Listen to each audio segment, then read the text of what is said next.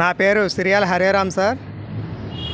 Gajuwaka 86 auto స్టాండ్ల union గొలగన్నాడు అధ్యక్షులు గారు, అలాగే ఆంధ్రప్రదేశ్ ఆటో యూనియన్స్, రథసారథులు, ఆటో కార్మికులు అందరి మద్దతుతో కూడా ఈరోజు ప్రభుత్వానికి వ్యతిరేకమైతే కాదు సార్, ఆటో కార్మికులు 6,60,000 కుటుంబాలు పైచిలుకు మన ఆంధ్రప్రదేశ్ రాష్ట్రంలో ఉన్నాయి. వాళ్ళందరూ ఉపాధి కోసం ప్రభుత్వానికి ఈ విషయాన్ని తీసుకెళ్లడం కోసమే నేను ఈ సైకిల్ యాత్ర ప్రారంభించాను.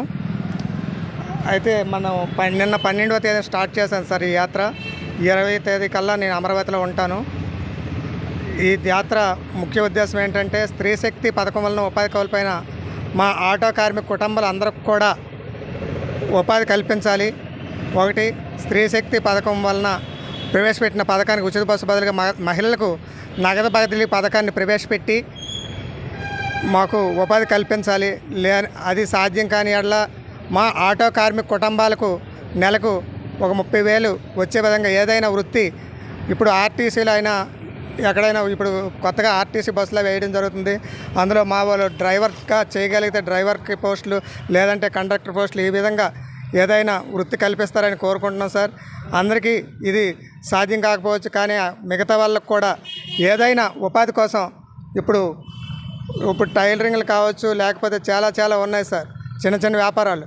వాటికి ఒక ఉచిత శిక్షణ అనేది ప్రభుత్వం కల్పించి, ఆ ఉచిత శిక్షణ ద్వారా దానికి వాళ్ళు చేసే వ్యాపారం కోసం ఎంతైతే ఖర్చు అవుతుందో దాన్ని ప్రభుత్వం బ్యాంకుల ద్వారాగా సబ్సిడీతో కూడగట్టవలసిన రుణాలు అందించి మా ఆటో కార్మికులు ఉపాధి కల్పించవలసిందిగా కోరడానికి మాత్రమే ఈ యాత్ర సార్.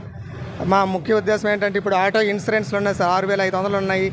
దాన్ని ఒక 3,000కి తగ్గిస్తే కాస్త మాకు బాగుంటుంది.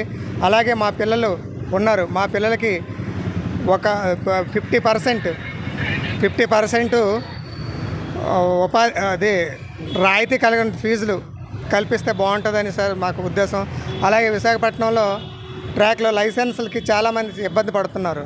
అది అక్కడ 3 ట్రాకులు ఉంటే 1 ట్రాక్ రన్ చేస్తున్నారు. ఈ సమస్య ఎక్కడి వరకు ఉందో నాకు తెలియదు, కానీ ఈ సమస్యను కూడా కొంచెం లైసెన్సులు తొందరగా అయ్యే విధంగా కూడా మనకి కల్పిస్తారని ప్రభుత్వాన్ని కోరుకుంటున్నాం సార్.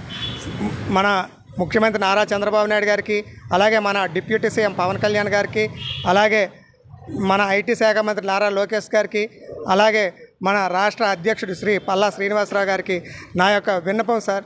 మాకు ఉపాధి కల్పించడం కోసం ఇది సార్. మీరు చంద్రబాబు నాయుడు గారు 40 సంవత్సరాలకు పైగా రాజకీయ జీవితంలో ప్రజల శ్రేయస్సే, ప్రజల కోసమే ఆయన ఎప్పుడు కూడా ప్రజలకు ఉపాధి కల్పించడం కోసమే, రాష్ట్ర అభివృద్ధి కోసం ఎప్పుడు పనిచేస్తూ ఉన్నారు. హైదరాబాద్లో ఐటీ అభివృద్ధి చేసి చాలామందికి కూడా ఉపాధి కల్పించారు సార్.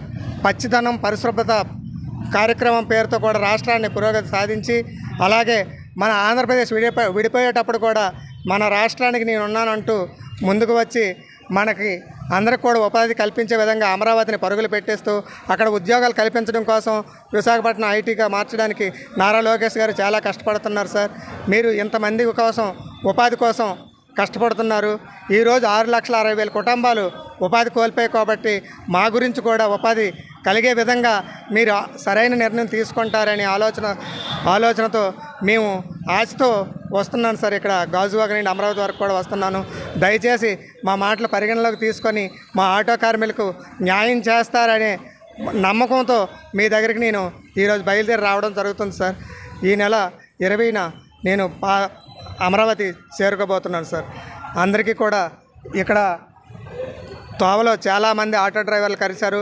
వాళ్ళందరూ కూడా నాకు మద్దతు ఇవ్వడం జరిగింది.